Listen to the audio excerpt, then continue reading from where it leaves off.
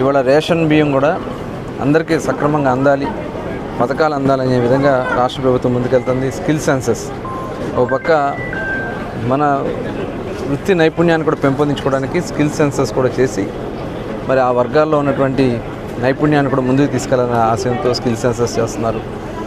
నిరుద్యోగ యువత గత ప్రభుత్వంలో చాలా మరి యువత అంతా కూడా నిర్వీర్యం అయిపోయారు. వాళ్ళందరి కోసం కూడా ఇవాళ మెగా డిఎస్సి కండక్ట్ చేసి దాదాపు 16,800 పోస్టులు తీయడానికి ఇవాళ ప్రభుత్వం అన్ని చర్యలు కూడా తీసుకుంటా ఉంది. ఇవాళ చూస్తూ ఉన్నాం గత ప్రభుత్వం చేసినటువంటి పాపాలు ఇప్పటికీ మనకి ఇబ్బందులు కలిగిస్తూనే ఉన్నాయి. అన్ని శాఖలు కూడా వాళ్ళు చేసినటువంటి అవినీతి తవ్వుతూ ఉంటే ఇవాళ అవన్నీ కూడా బయటపడుతున్నాయనే భయపడి ఇవాళ ఫైళ్ళు తగలబెడుతున్నారు. గతంలో ఎప్పుడు కూడా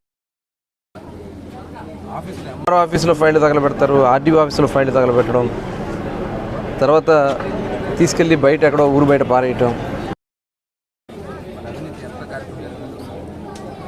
ఇవాళ శాండ్ కూడా ప్రధానంగా మరి ఇసుక అక్రమ రవాణా చేసుకుని ఏ రకంగా దోచుకున్నారు, మైనింగ్లో ఏ రకంగా దోచుకున్నారో మనం చూసాం.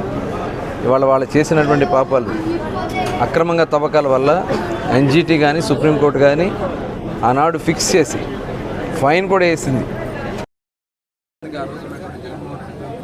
కూడా కట్టమని చెప్పి మరి సుప్రీంకోర్టు కూడా నిర్ణయించడం అనేది ఏ రకంగా వాళ్ళ దోపిడీకి ఏది అనర్హత కాకుండా చేశారు.